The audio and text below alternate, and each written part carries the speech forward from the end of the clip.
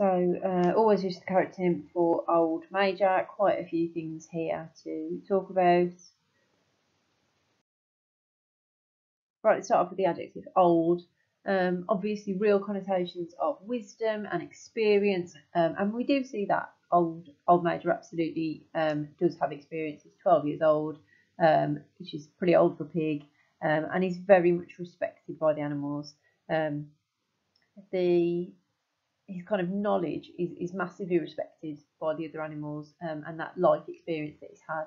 And so the things that he says are important to them, and they're interested in, and they're willing to lose an hour's sleep to listen to what he's got to say. There's a suggestion that he's been waiting a really long time to share his ideas, but that he's chosen this point because he knows that he is nearing the end of his life. There are some kind of criticisms to that this is something that he will be able to sort of incite to start and never have to really contribute to. But ultimately, he definitely is one of the wiser animals, one of the more experienced animals, and one that the rest of the farm are really willing to listen to. The adjective major, first meaning of it, it's a big deal.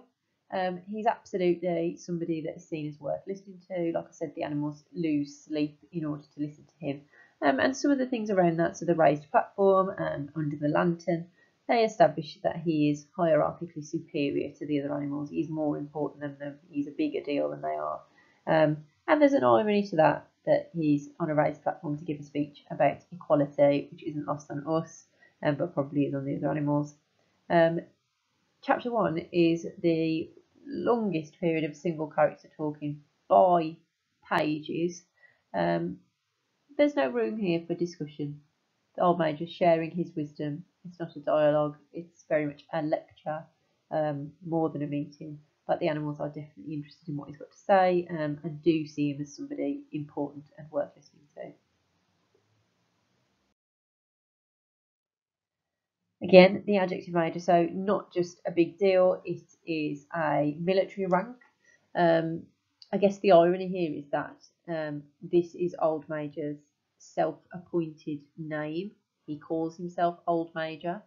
So he obviously wants to assert a sense of rank and authority over the other animals. I think it's interesting that it's not the highest rank, it's a very senior rank, but it's not the very top rank.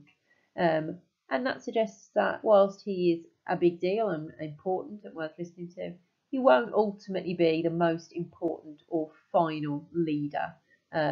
He obviously dies at the start of chapter 2, and therefore won't be there for an extended period of time, and therefore is not the most important leader. It is a leader, it commands other soldiers. I think with this military name, there's definitely an indication that there will need to be conflict in order for his ideas, the ideas that he's talking about in chapter 1, in order for those to be established, there will need to be some form of conflict. And obviously we see in the book that there is. The initial getting rid of Jones is the first conflict, and then obviously the Battle of the Cowshed and the Battle of the Windmill, which result in loss of life, both of those. It's really interesting that his name isn't actually Old Major. This is the title that he's given himself. He doesn't want to use his more aristocratic name, which is Willingdon Beauty. He wants to be Old Major because that seems more achievable, more sort of closely to the people. He's a pig of the people. It's interesting that was the name in which he was sort of entered into competitions when he's a prize pig. So by choosing to reject that name, there's also the sense that he's choosing to reject the kind of attitudes and behaviour of man, because sort of entering a competition would be a thing that would maybe win a human money or status, and he doesn't want to have anything to do with the habits of man. There's also a link to Marx in the fact that he's given himself his own name, because Marx wrote about working class people, but in a complicated document called the Communist Manifesto that was about the people, but not for the people. So the people that he was saying would overthrow leaders were never going to read the Communist Manifesto. It's just an idea, it's a concept.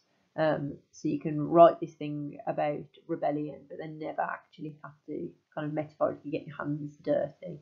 You can just do that from a distance. An old major absolutely will kind of live up to those ideas of the Communist Manifesto in that he'll set it up, but he never has to fight, and he never has to sort of suffer any of the consequences that would come from the rebellion. And then finally, just an interesting point, Orwell changed his own name from Eric Arthur Blair. So there's a nice little link between, intentionally or unintentionally, who knows, between Orwell and Old Major. So he took the name George Orwell from George of the Patron Saint of England and a river Orwell, which was a place that he liked to visit.